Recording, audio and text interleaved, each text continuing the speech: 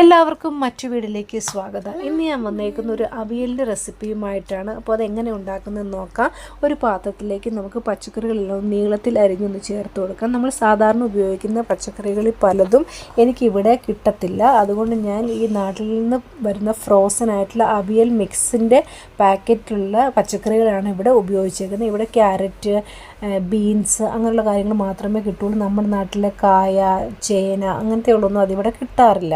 അപ്പം പച്ചക്കറികളെല്ലാം ഒന്ന് നീളത്തിൽ അരിഞ്ഞ് ഈ പാത്രത്തിലേക്കൊന്ന് ഇട്ട് കൊടുക്കുക.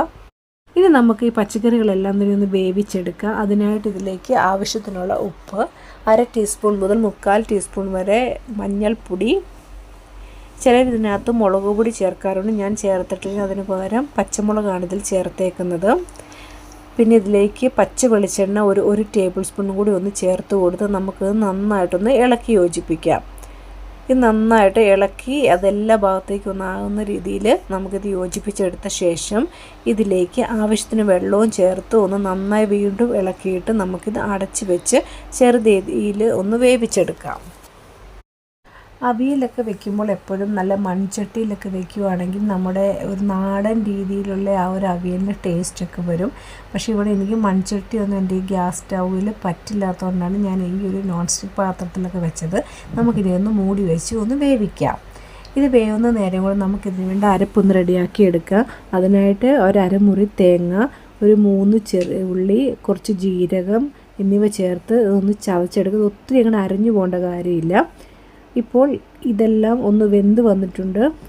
അതിലുള്ള കഷ്ണങ്ങൾ വെന്ത ശേഷം നമുക്ക് ഈ അരപ്പും കൂടി അതിലേക്ക് ചേർത്ത് ഒന്ന് മൂടി വെച്ച് കുറച്ച് നേരവും കൂടി ഒന്ന് വേവിച്ചെടുക്കാം. ആ തേങ്ങയുടെയൊക്കെ ആ പച്ചമണം മാറുന്ന വരെ ഒന്ന് നമുക്കിതൊന്ന് മൂടി വെച്ച് വേവിക്കാം. ഇപ്പോൾ ആ തേങ്ങയുടെ പച്ചമണമൊക്കെ ഒന്ന് മാറി വന്ന് നമുക്കിത് നന്നായിട്ടൊന്ന് ഇളക്കി യോജിപ്പിച്ചെടുക്കാം. നന്നായി ഇളക്കി യോജിപ്പിച്ച ശേഷം നമുക്കിനി ഇതിലേക്ക് മറ്റ് ചേരുവകൾ ചേർത്ത് കൊടുക്കാം. ഞാൻ ഇതിലേക്ക് ഇനി ചേർക്കുന്നത് ഒരു ടേബിൾ സ്പൂൺ നല്ല പച്ച വെളിച്ചെണ്ണയാണ്. ഇത് ചേർക്കുമ്പോൾ നമുക്ക് ആ അവിയലിൻ്റെ ഒരു രുചിയും മണവും തന്നെ ഒന്ന് നന്നായിട്ട് വ്യത്യാസപ്പെടും. വെളിച്ചെണ്ണ ചേർക്കുന്നതിന് കൂടെ തന്നെ ഞാൻ കുറച്ചും കൂടെ കറിവേപ്പിലയൊക്കെ ഒന്ന് ചേർത്ത് കൊടുക്കുന്നുണ്ട്.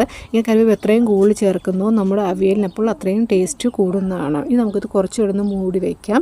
ഇനി ഞാൻ ഇതിലേക്ക് അധികം പുളിയില്ലാത്ത 2 ടേബിൾ സ്പൂൺ തൈരാണ് ചേർത്ത് കൊടുക്കുന്നത്. ചിലർ തൈരിന് പകരം തക്കാളിയോ അല്ലെങ്കിൽ ചിലർ മാങ്ങയൊക്കെ ചേർക്കാറുണ്ട്. ഞാനിപ്പോൾ ഇവിടെ തൈരാണ് ചേർത്ത്. എന്നിട്ടൊന്ന് ഇളക്കി കൊടുത്തിട്ട് നമുക്കിന്ന് വീണ്ടും കുറച്ച് നേരവും കൂടി ഒന്ന് മൂടി വയ്ക്കാം.